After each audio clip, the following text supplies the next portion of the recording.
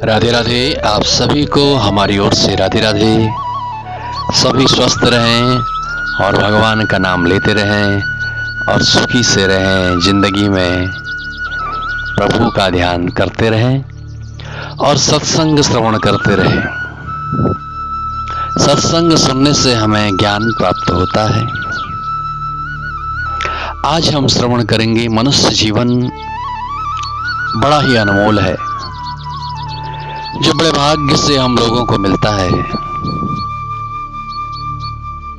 और मिला है तो फिर सत्संग को क्यों छोड़ना, भगवान के नाम को क्यों छोड़ना। जपते रहें भगवान का नाम निरंतर। शास्त्रों में कहा गया है, गया हुआ गांव, खेत, संपत्ति, मकान आदि फिर मिल जाएगा। शुभ अशुभ कर्म बारंबार होता रहेगा, पर दोबारा मनुष्य जैसे शरीर फिर नहीं मिलता है। कितना कीमती शरीर मिला है हमें, मनुष्य शरीर। हमारा धन खो गया तो हम दोबारा मेहनत करके कमा लेंगे।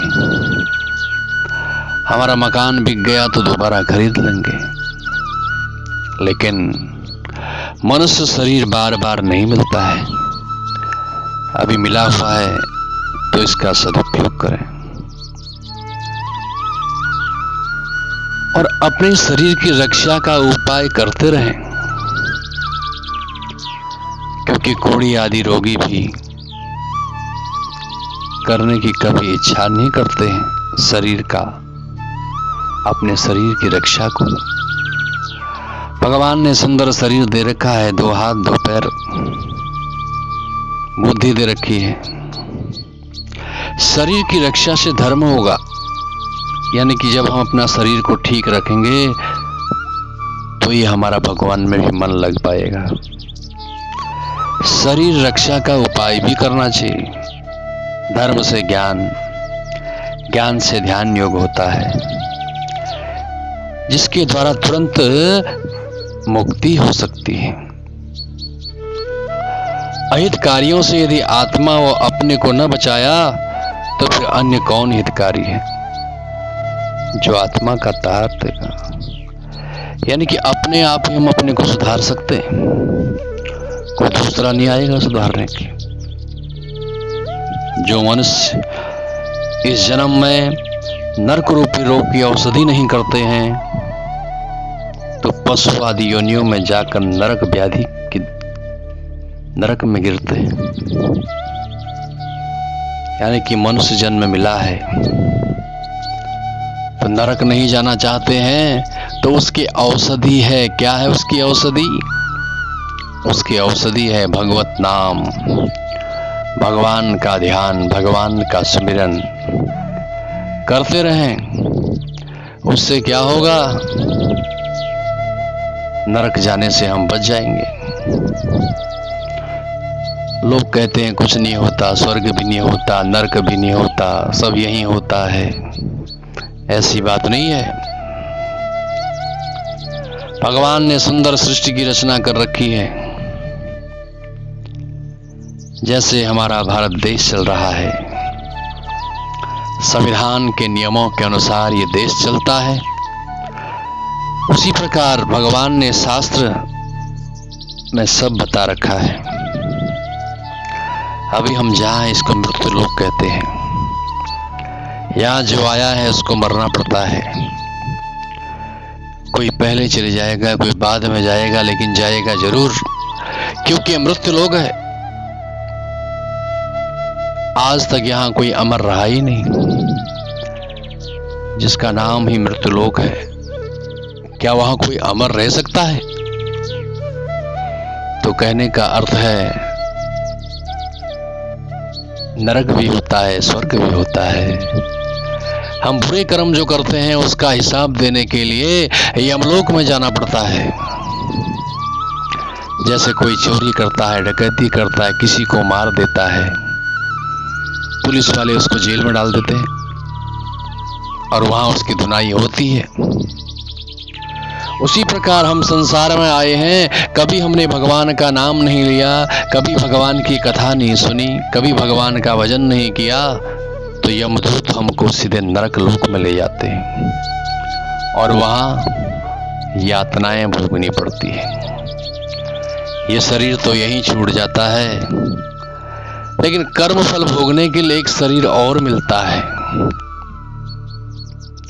और उसी शरीर से यातनाएं भोगनी पड़ती हैं। शुभ कर्म किए हैं, दान पुण्य किए हैं, किसी का भला किया है, गरीबों का साथ दिया है, धार्मिक कार्य में अगर हमने धन को लगाया है तो ये पुण्य कर्म कहा जाता है इसको।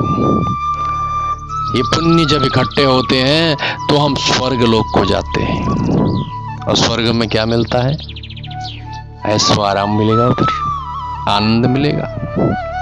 लेकिन इनसे भी एक बड़ी जो कहा गया है वो है मुक्ति। वो मुक्ति कैसे मिलेगी? मुक्तिम ददाति मुकुंदः, ठाकुर जी की सेवा करने से मिलती। वहां से फिर आना जाना नहीं रहता। भगवान गीता में कहते हैं यद गत्वा निवर्तन्ते तद्धामो परमम मम, मेरा धाम ऐसा है, वहां से फिर आना जाना नहीं होता है। बुरे कर्म करेंगे तो नरक जाना पड़ेगा, अच्छे कर्म करेंगे तो स्वर्ग जाना पड़ेगा। अगर हमेशा नित्य प्रति ठाकुर जी की सेवा करेंगे, भगवान का भजन करेंगे, भगवान का आराधना करेंगे, तो प्रभु का धाम मिलेगा, वैकुंठ धाम। तो कहने का अर्थ है वृद्धावस्था बाघिन के तुल्य है, आयु फूटे हुए घड़े के समान है। जिस प्रकार घड़े का पानी गिरता है, उसी तरह शत्रुओं की तरह रोग आक्रमण करते हैं। इसलिए मोक्ष देने वाले कर्म करें। शरीर में नाना प्रकार के रोग व्याधि लग जाते हैं और आए दिन मनुष्य परेशान रहता है। जब तक दुख अपना घर नहीं करता, जब तक विपत्ति नहीं आती, जब तक इंद्रियों में विकास नहीं होता, इससे पूर्व ही कर्म का अभ्यास करें, तत्व का अभ्यास करें। घर में आग लगने पर जो कुआं खोदता है उसे दुर्बुद्धि कहा जाता है। यानी कि समय जब बीत जाएगा, अवस्था बीत जाएगी,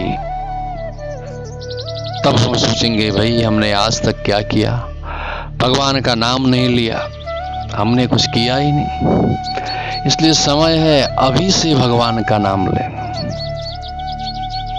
जब से ज्ञान हो जाए भगवान का ध्यान करें। नरक से अगर हम बचना चाहते हैं।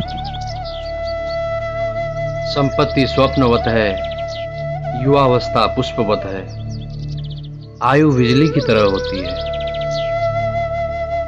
जैसे पुष्प होता है ना, धीरे धीरे खिलता है, एक बार वो खिलता है और धीरे धीरे फिर वो मुरझा भी जाता है। उसी प्रकार हमारा शरीर भी है। पहले हम छोटे से बच्चे थे, धीरे धीरे बड़े हुए, जवान हुए, और हमेशा जवानी रहती नहीं है, और धीरे धीरे फिर वृद्धावस्था को प्राप्त हो जाता है। ऐसा हमारा शरीर है। आयु बिजली की तरह होती है। जैसे बिजली होती है, हम रात को भोजन करते हैं, खाना खाते हैं, अचानक भोजन करते वक्त लाइट चली जाती, हम परेशान हो जाते हैं, भैया ये लाइट क्यों गई होगी, हमें भोजन ही करने देती। जिस प्रकार वो हमें बताए बगैर ही चली जाती है, ऐसे ही ये आयु ही बिजली की तरह होती है, किसी को नहीं बताती कि मुझे जाना कब है। इसलिए हमेशा तैयारी में रहना चाहिए। इन बातों को जानकर जिसको धैर्य होता है, 100 वर्ष का जीवन भी बहुत थोड़ा है। इस कलयुग में मनुष्य को 100 वर्ष की आयु बताई है। लेकिन आजकल खान पान वातावरण ऐसा हो गया है, 100 वर्ष जीना भी मुश्किल हो गया है। 100 वर्ष भी कोई नहीं जीता। अगर जी भी लें तो कैसे हम जीवन व्यतीत कर रहे हैं। आधा जीवन सोने में चला जाता है, आलस्य में व्यतीत हो जाता है, और बचपनी में कभी रोग है, कभी बुढ़ापा है, ऐसे ही जीवन समाप्त हो जाता है। इसलिए प्रभु का ध्यान करें, भगवान का स्मरण करते रहना है। सत्संग और ज्ञान, यही दो निर्मल है। जिस मनुष्य के पास ये दो नहीं है वो अंधा है। वह क्यों नहीं वो रास्ते पर जाएगा? क्योंकि उसने जीवन में कभी सत्संग किया ही नहीं है। सत्संग से रास्ता मिलता है। अगर किसी को रास्ता पता ना हो तो वो गलत रास्ते पर जाएगा। इसलिए जीवन में सत्संग करना बहुत जरूरी है। सत्संग से ज्ञान होता है, और सत्संग करने से ही अच्छी गति मिलती है। जैसा मन होता है वैसा ही मनुष्य का शरीर होता है, और जैसा संग होता है वैसा ही उसका मन होता है। सबके संग की अपेक्षा व्यक्ति का संग बलता है। जैसे व्यक्ति का संग होता है वैसा ही मनुष्य बन जाता है। जिसमें जिस व्यक्ति में पूज्य बुद्धि होती है और जिसका वचन प्रमाण जान पड़ता है, उस व्यक्ति के संग का शीघ्र असर पड़ता है। अतएव अच्छे लोगों का संग करना बहुत जरूरी है। भगवान का नाम, भगवान का ध्यान, सत्संग हमें यही सिखाती है कि हमें अधिक से अधिक भगवान का ध्यान करना है, भगवान का चिंतन और भगवान का सुमिरन करना चाहिए। परमात्मा सर्वत्र है।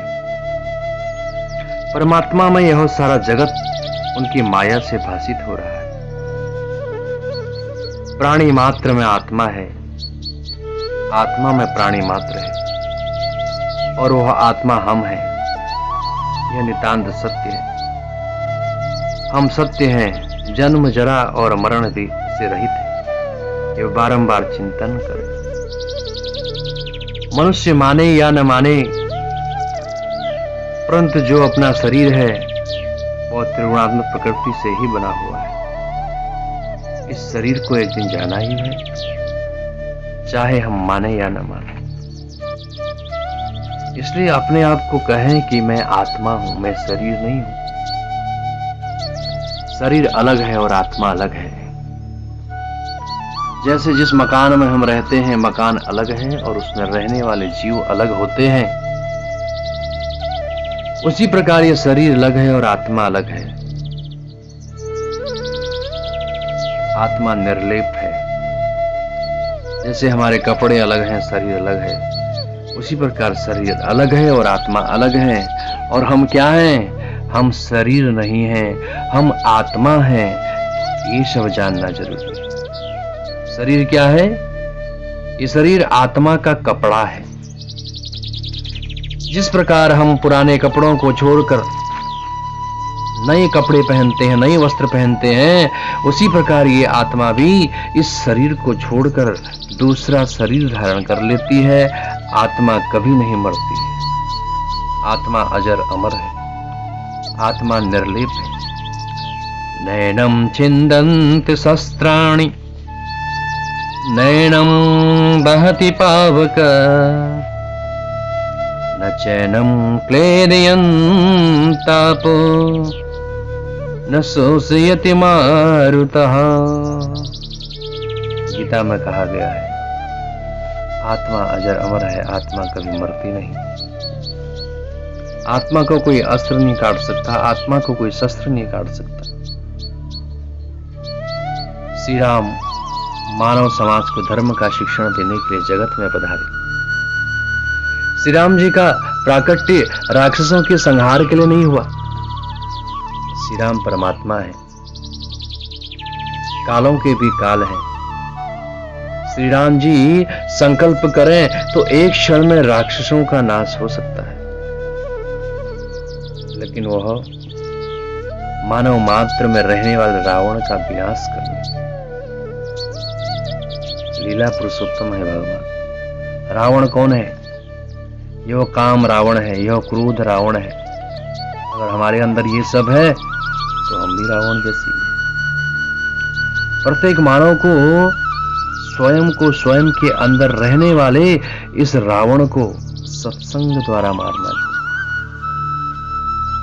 जीवन में धर्म के आचरण का आदर्श राम जी ने जगत को सिखाया है। भगवान राम का चरित्र जीवन जीना सिखाता है। जय जय श्री राधे,